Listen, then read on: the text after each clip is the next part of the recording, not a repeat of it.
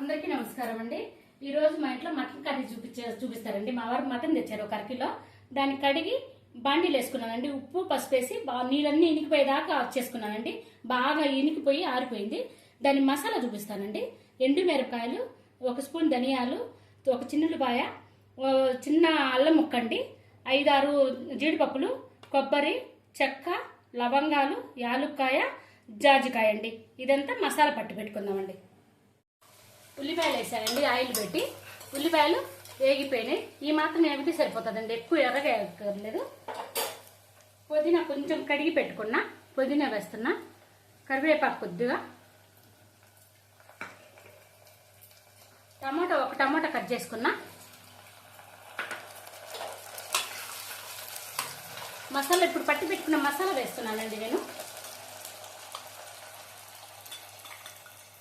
ఇది కొంచెం వేగనిద్దామండి. ఇదిగోండి మసాలా వేగిపోయింది. పసుపు వేస్తున్నా. ఉప్పుకి రుచికి తగ్గట్టు ఉప్పు వేస్తున్నా. ఆ తర్వాత మటన్ ముక్కలు వేసేస్తున్నానండి. ఇది 1 నిమిషం ఊరికే వేగనిద్దామండి. బాగా మగ్గిపోయిందండి. వాటర్ పోసేస్తున్నా. వేడి నీళ్ళు కాంచుకొని పోస్తున్నానండి. ముక్క బిడ్సెక్కకుండా స్మూత్గా వచ్చిద్దండి. బాగా సరిపోతుంది వాటర్.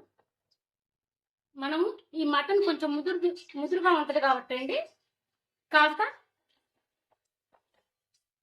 9-10 విజిల్ రాణిస్తే సరిపోతుందండి. కొంచెం మటన్ ముదురు చూసుకొని లేకపోతే ముదురుది అయితే కనుక దాన్ని బట్టి వండుకోండి. నేనైతే కొంచెం ముదురుగా ఉంది, 9-10 విజిల్ రాణిస్తానండి. వెయిట్ పోయిందండి. 10 విజిల్ వచ్చేసినాయి. స్టవ్ ఆఫ్ చేస్తున్నా. ఇదిగోండి బౌల్లో పోసేసుకుంటున్నా. కొత్తిమీర వేస్తున్నానండి. ఇంతేనండి, ఈజీగా 10 విజిల్లు రానిచ్చుకుంటే మటన్ని బట్టి రండి. లేత మటన్ అనుకో 7-8 విజిల్కి అయిపోయింది. మాకు కొంచెం పెద్ద పొట్టేది. ఇదిగోండి అయిపోయింది. నచ్చితే లైక్ చేయండి.